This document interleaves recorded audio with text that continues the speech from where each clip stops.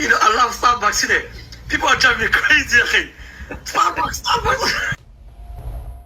سخر من حملات المقاطعة في ظل العدوان على قطاع غزة ودافع عن التطبيع مع دولة الاحتلال. Having peace treaty with the Zionists, with the Zionists, with the kindness, with the kindness, with everyone, according to the Quran and Sunnah, you're allowed to do it out of necessity. الإعلام الإسرائيلي يحتفي بالداعية الجزائري شمسي بن صافي.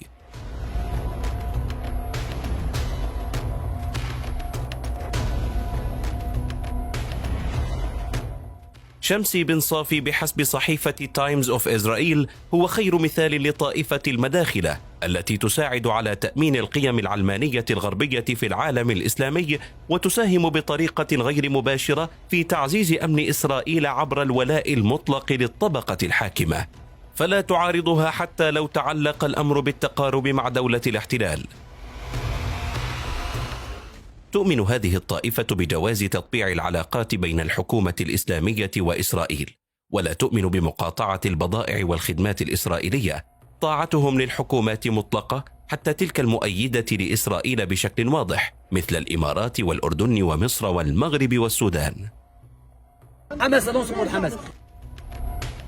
منذ بدء العدوان على قطاع غزة ظهر الداعية الجزائري شمسي بن صافي موجها سهام نقده تجاه حركة حماس ومدافعا عن المواقف المتخاذلة لأبرز الدول العربية. بعض الناس عندهم حسد على الخليج. الصحيفة الإسرائيلية خلصت في مقالها إلى أن جميع تيارات الإسلام السياسي تمثل خطرا، لتبقى المدخلية وحدها التيار الإسلامي الوحيد لأهداف وغايات دولة إسرائيل. You're talking about Philistine. You're condemning the Palestinians.